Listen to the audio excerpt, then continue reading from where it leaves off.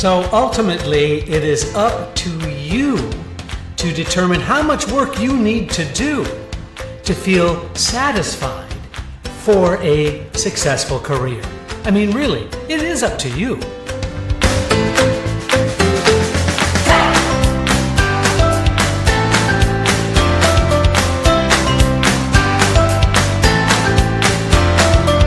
Welcome to Casting Actors Cast, insights for actors on acting in the business of show. Casting director Jeffrey Dreisbach takes you behind the scenes and reveals secrets to a successful acting career. You can find out more on the web at castingactorscast.com. Please enjoy, like, and share Casting Actors Cast. Now, here's your host, Jeffrey Dreisbach. Well, hello and welcome to another episode of Casting Actors Cast. I'm Jeffrey Dreisbach. Welcome aboard. So glad that you're here.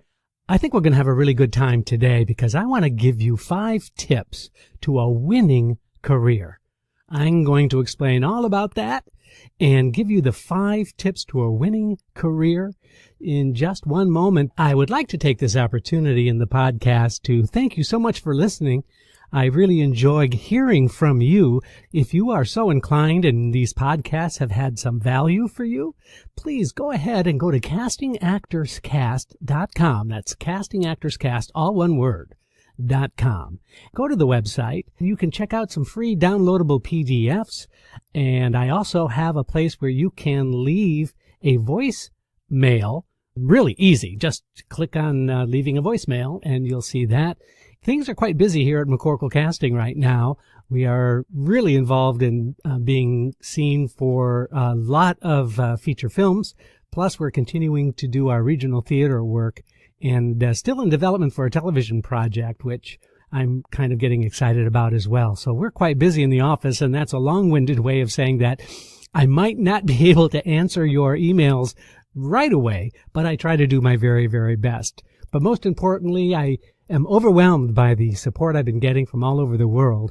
I've even gotten some downloads from Uruguay, the Philippines. So it's just kind of cool that you're tuning in and listening. And I always say that if you're still listening, I'm going to be still doing the podcast. So thank you so very, very much. 5 tips to a winning career. Well, the reason I came up with this is I really thought that when you have a structured list of things to take a look at and really analyze, see where you are with these tips and see if they can be improved upon by taking a look at these 5 tips.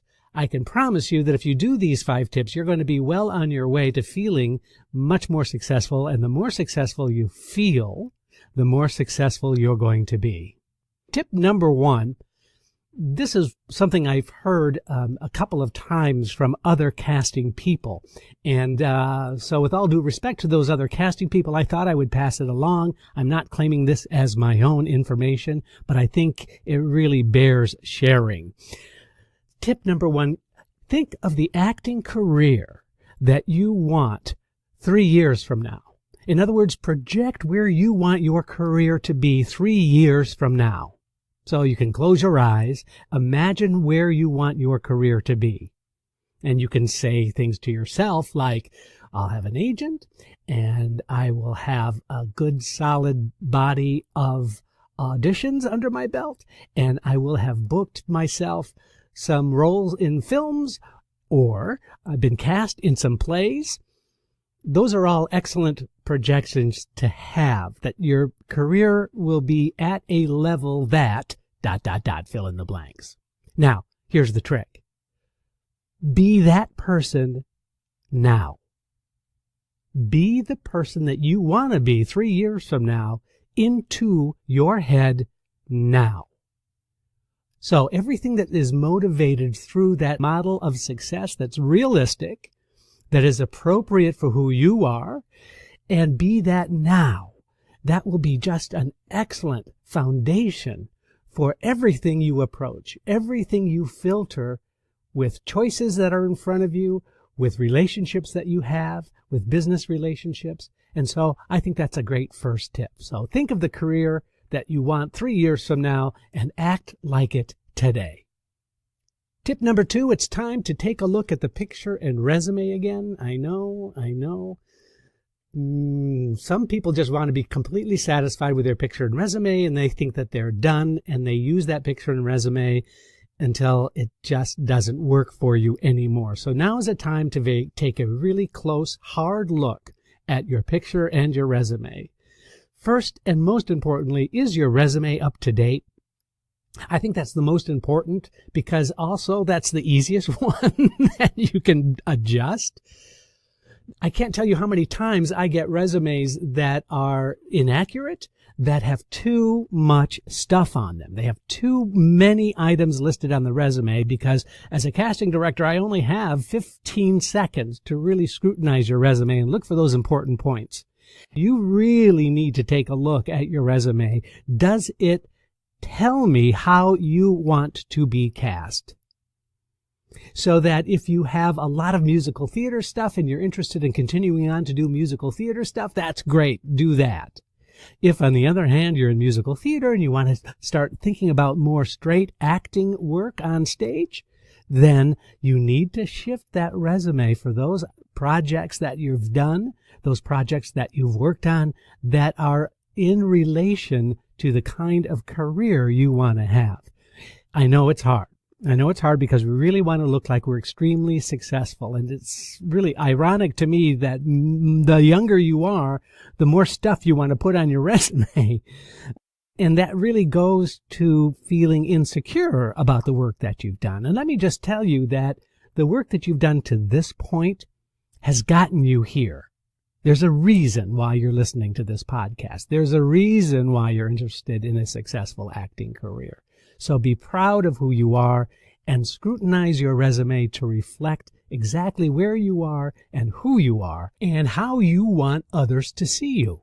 And that will go a long way towards launching your career in a winning way. Now, the picture kind of goes without saying. If you've changed your hair color, if you've changed your haircut, if you've grown up and it's maybe 6 to 8 months since your last picture. Yeah, I know that's hard. 6 to 8 months seems like not that long ago. But take a look at that picture. Does it reflect how you want to be seen by people in the business? Is it an honest reflection of your personality? Is there something in that picture that gives me more than just a photograph of you? Does it give me some personality? How do the eyes look in your picture? Are you saying something interesting or provocative or fun in what you're thinking when that shot was taken? Does the shot feel spontaneous and not posed? So that's step number 2. Check your picture. Check your resume. Is it accurate? Does it fully represent who you are now? Step number 3, you might not like this. I know it's hard, but it's a great goal to achieve. But I believe that you should now develop, pick, choose, and work on a new monologue for you. I'm always surprised that people think that your monologue days are over. In fact, there was a point in time where I used to say that to students. I used to say to them, when you've graduated from your BFA or MFA program, you won't have to do monologues anymore. And I was very, very short-sighted in that thinking, only because I'm seeing such incredible work being done on film and television. And a lot of that work has to do with well-written monologues. I would even go so far as to suggest that you find a monologue that's on TV or in a film, transcribe it, and work on it for you. One quick example is, as I saw a student transcribe a monologue from the television series This Is Us. And there's some really wonderful monologues being written, and many playwrights contribute to the script of This Is Us on television. And so I suggest strongly that you could literally listen to it and transcribe it and then work on it. It's always great to have something that you're working on while you're pursuing your career. If nothing else, the fact that you're dedicated yourself to working on something is a huge pat on the back that you will always have something in progress. And that's very rewarding. You won't beat yourself up with the day-to-day downs that you might get beaten up with. you will absolutely feel better that you've got something that you can continue to work for. So step number 3, transcribe, develop a new monologue for yourself. Number 4, this has to do with assembling the tools that are necessary for a winning career. Here are the tools. Number 1 is wardrobe. Now, I know I left an entire podcast about what to wear. So if you're unsure of that particular podcast, I urge you, please go listen to the podcast about the actor's wardrobe. Take another look. Do you have the appropriate clothing for auditions, clothing that you feel great wearing, and clothing that is separate from your day-to-day wardrobe? The acting audition wardrobe should be a separate entity in your items of clothing. How is your video audition set up? If you're going to be doing self-submitting, how is that looking? What are you using? What's your lighting like? What background do you shoot on? Do you have a beautifully clean, impeccable 200 thread count sheet that you can hang up and looks great as a background? If not, maybe you need to take a look at what kinds of auditions are being sent to casting directors. I also, again, not to just keep talking about the podcast, but I've got a 2-parter on how to set yourself up for video auditions. Video submitting is going to be one of those things we're going to be seeing more and more of as time goes on. I think that you will find it extremely beneficial if you have that set up as part of your tools already in place. Because when it's already in place, that becomes a no-brainer when you get an audition and you've got to shoot something and get it into a casting person in 24 hours. Having the wardrobe in place, having a way to shoot yourself on video in place, and I'm talking about all the tools. Somebody that can help you put it together. What kind of editing software do you use? Do you have 3-point lighting? Do you have that $9 lavalier microphone that can plug into your phone so that the sound is exceptionally good? Those are the kinds of things that I call your tools that you need to have when called upon to submit that kind of work. So that's step number 4, putting together, assembling your tools for your career. Step number 5, and last but not least, and this is a little bit more extended number 5, so I don't want to bore you about these details, but I'm going to kind of go through them rather quickly. Step number 5 is you need to make a list. Now, it doesn't sound hard at all, does it? You just simply need to sit down and make a list. I know I mentioned this before in an earlier podcast, but my mother was she's 92 now, bless her heart. And she always taught me, Jeff, when you make a list, you have to sit down, clean sheet of paper, and number 1, what you need to do is write, make list. Then you can check that off. And you'll feel good that you've accomplished the first thing on your list, which is make a list. All right, so now you've done that. Here are the lists that I need you to make. You need to make a list of the resources that are available to you right now. What resources are available to you right now? And here's some examples. Do you have a mentor in place? Somebody that you can rely on for support? Somebody who is an advocate for you? My recent podcast on that is available as well, so please re-listen. If you haven't listened to it, I urge you to listen to it. I believe very strongly that if every actor has a support person in front of them to bounce stuff off of, somebody who is of like mind, they can really make a difference in your outlook and give you career advice you might not have thought of. So that would be one thing on the list. Who is your mentor? Who's your support person? Number 2, what agents are you working with if you're freelancing? What agents are you signed with if you're signed? What agents are you interested in working with? Now that's a little harder because a lot of actors are looking for representation, people to represent them to the casting directors. Somebody that wants to work with you because they admire your talent and they know that there are job opportunities out there because of who you are. The big but is that oftentimes actors don't spend the time to do the research on what agencies are right for them. And so do your research. What resources are out there for you to find out what agents are best for you. You can simply go to your local area. You can go to your unions, your equity. You can go to SAG-AFTRA. Who are the agents that represent the actors that you see yourself working with? So that's some Google searching. That's word of mouth, but that goes on your list of resources. What resources are available to you as far as representation is concerned? Now, that also goes for managers. I don't mean to leave managers out of the picture. Managers are not franchised by the unions, but managers can be very, very helpful for a lot of careers, but there are also a lot of skeevy managers out there. You know what I mean by skeevy? People who are just simply interested in making money off of you without any kind of career guidance or support. So be careful about that word manager. There are many, many excellent managers out there, but there's also a lot that are questionable in terms of their business ethics and practices. Be careful about that. That's on your list of resources. I guess if I were to continue on the list of resources, I would really want you to put that into 3 separate categories. Tip number 5, list your resources. We're talking about your mentor or support person, agents, who's a business advocate for you.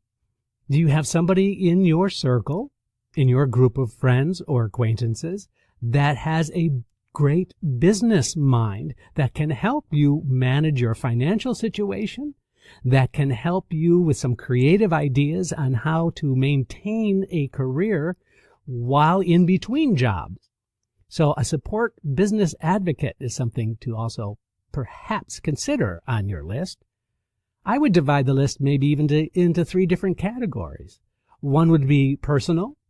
In other words, those people in your life, whether it's relationships, whether it's family, whether it's a significant other, maybe it's a sibling, I don't know. Who do you have in your circle that can address those personal needs that you might have? Somebody who cares about you as a person. Then second of all, the professional. And those are the ones that I talked about, the professional mentor, the agent, the business advocate. So that would be under the professional category. And then the third category that you might not have thought of is what I call the potential category. And that is those people that cross your path that might just be some kind of help to you that you didn't put on your list. There is this thinking of 6 degrees of separation, and you might be familiar with that, but there is actually statistically that you meet 3 new people every day. I'm not sure how somebody comes up with that statistic.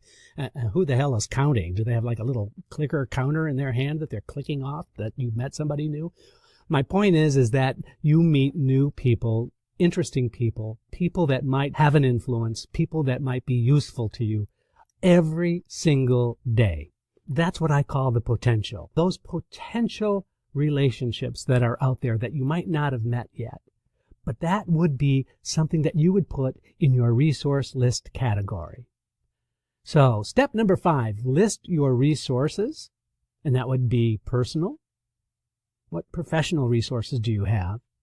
And what potential resources do you think are useful for you?